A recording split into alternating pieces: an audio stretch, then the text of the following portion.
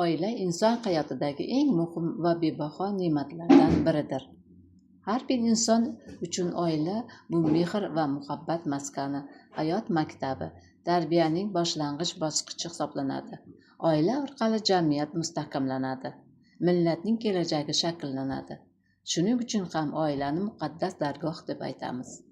Oilaning asosiy poydevori o'zaro hurmat, ishonch va sadoqatdir. Yaxshi oilada farzandlar sog'lom muhitda voyaga yetadi. Axloqiy qadriyatlar, milliy an'analar ularga bolaligidan singdiriladi. Farzand tarbiyasi eng avvalo oiladan boshlanadi. Shuning uchun ota-onaning mas'uliyati nihoyatda yuksakdir. Yurtimizda oilani mustahkamlash, uni har bir tomonlama qo'llab-quvvatlash bo'yicha ko'plab ishlar amalga oshirilmoqda.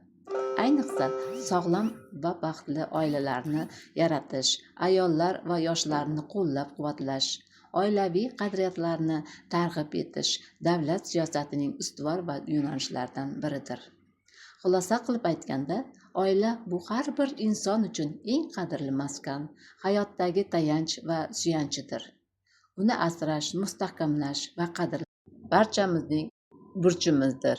Aziz kitobxonlar, biz sizlarga 15 may Butunjahon oila kuniga bag'ishlab Oila muqaddas dargoh mavzusida Sabohat Bozorova va Muna Xolmurodovalar tomonidan nashrga tayyorlangan Oilada sevgi suhbatlari deb nomlangan kitobidan buktreyler tayyorladik.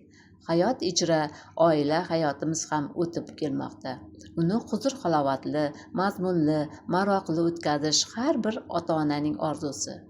Bu ezgu niyatingiz amalga oshishi uchun ushbu kitobdan har kuni bor yo'g'i 15 daqiqa oilangiz davrasida mutolaani yo'lga qo'ysangiz bas. Oilangiz sevgi, mehr, saodat shulalari ila nurafshon bo'lsin, aziz o'quvchi.